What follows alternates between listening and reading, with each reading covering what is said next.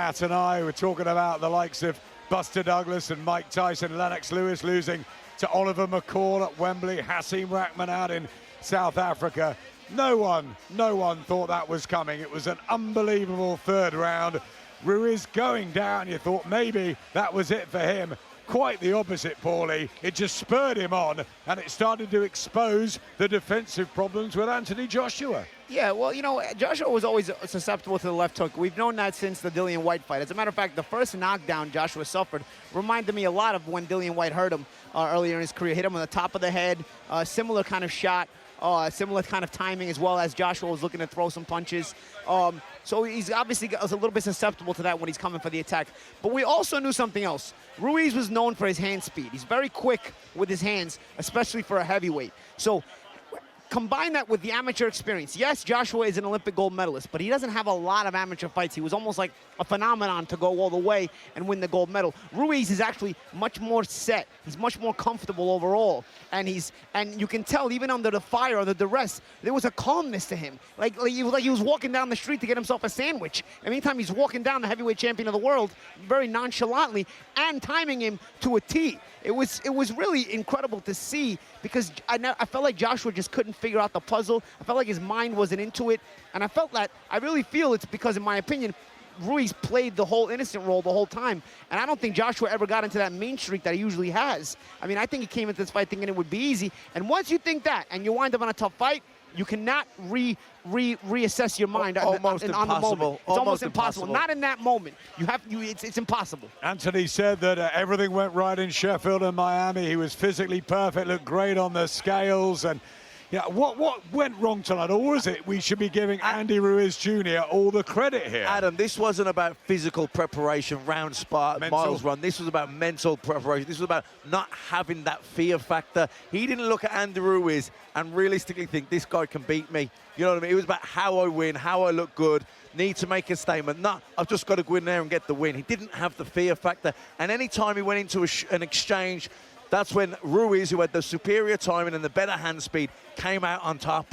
And that thing is, Ruiz also didn't have the fear factor. Ruiz also didn't have any care for Joshua's power. As a matter of fact, he tasted some clean Joshua shots. He only got dropped with the left hook, but he tasted a clean right hand. He tasted a couple of clean left hooks. Matter of fact, the last knockdown, they traded left hooks, and it was Ruiz who reacted first after it. You know, so it was the non-fear factor and the experience factor of Ruiz, I think, really played a key. And I also am going to say this. I do agree with the stoppage, and I'll tell you why. It is your responsibility when you get dropped to convince the referee you can continue. You cannot spit out your mouthpiece, then take it upon yourself to walk away from the referee, away from everything, and just think the referee is going to give you all day to recover. I thought Michael Griffin did a good job there, because some referees would panic knowing it's the star, and they may have given him an extra minute or so. Yeah, I agree, Paulie. I don't think that Joshua sent out the right signals to the referee. I think the referee, he was looking Joshua in the eye. He didn't really react or respond when he should have. So I have no problem with the stoppage there from the referee. Where does it rank in upsets for you, Matt? I think it's right up there. It's definitely up there with Rahman, Lewis McCall. Maybe not quite Mike Tyson, Buster Douglas, because of the hype and everything. He was basically invincible, Mike Tyson. But, I mean, it's right up there. And what about AJ coming back from that? Because, of course, great fighters do rebuild. There's talk of the rematch straight away. Is that something you go back into the fire? Oh, he's got to reassess, because in the corner, I thought McCracken's instructions in the corner were a little bit basic. Throw the 1-2, throw the right hand. You got to be busy. You've got to show. You've got to kind of tell him how you're going to set up that right hand. How are you going to be busy without getting set up by Ruiz? Because Ruiz is depending on you getting busy. Every time you try to get busy, he's timing you. So I thought the instructions in the corner were a little bit vanilla. You know, I thought they could have been a little bit more detailed, because Joshua was looking for some guidance. He was confused, and he just didn't have the answer. He was asking for guidance, which I thought was quite naive, or, you know, novice even. It showed his lack of experience almost, even though he's been in an epic battle with Klitschko. He's been down before, but he was asking Rob McCracken before coming out, what's he going to do? What's he going to do? What, you know, in other words, what do I need to expect here? And Matt, you said that it was a mental thing. Do you think maybe there was a case of him overlooking Ruiz and getting caught up with the whole Deontay Wilder stuff? Yeah, of course. You know, Wilder announcing the Ortiz fight this week sort of unsettled him. Yeah, all eyes were on that, and maybe, you know, if So many people are telling you this is going to be an easy fight against Andy Ruiz.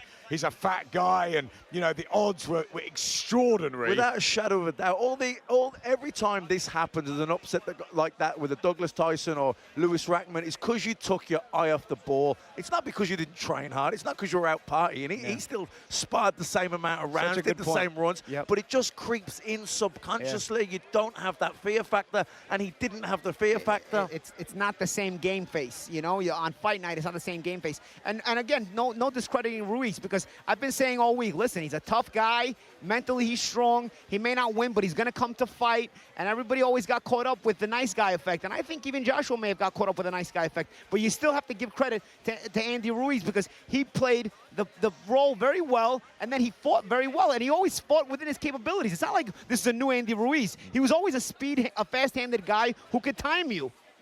But Paulie, but listen, the headlines back home are going to be about AJ, but really Andy Ruiz, as Anthony said, with full respect afterwards, you know, when he lost, he said, no, it's his moment, and it is. I mean, wow, 5 weeks notice. You know, we saw him in Vegas around the Canelo-Jacobs fight, and, you know, he was just so fortunate to be given this opportunity.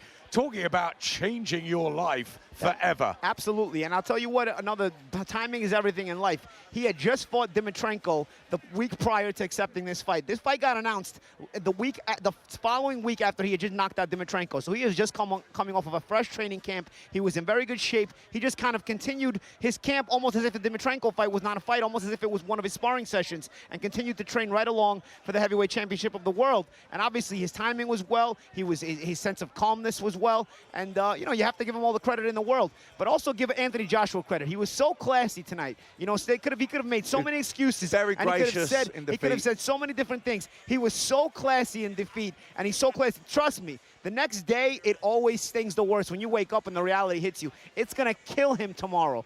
But the fact that he's remained classy the whole time, that is an immense credit, because this is a guy who the whole world has been talking about in a positive light, and now it's come undone tonight. And Anna, that's why people love him, and they'll still love him, and they will wait for the comeback, and the story will go on. But it is Andy Ruiz Jr.'s night here at the Garden. An incredible shock, and he's the first Mexican heavyweight champion. Well done to him.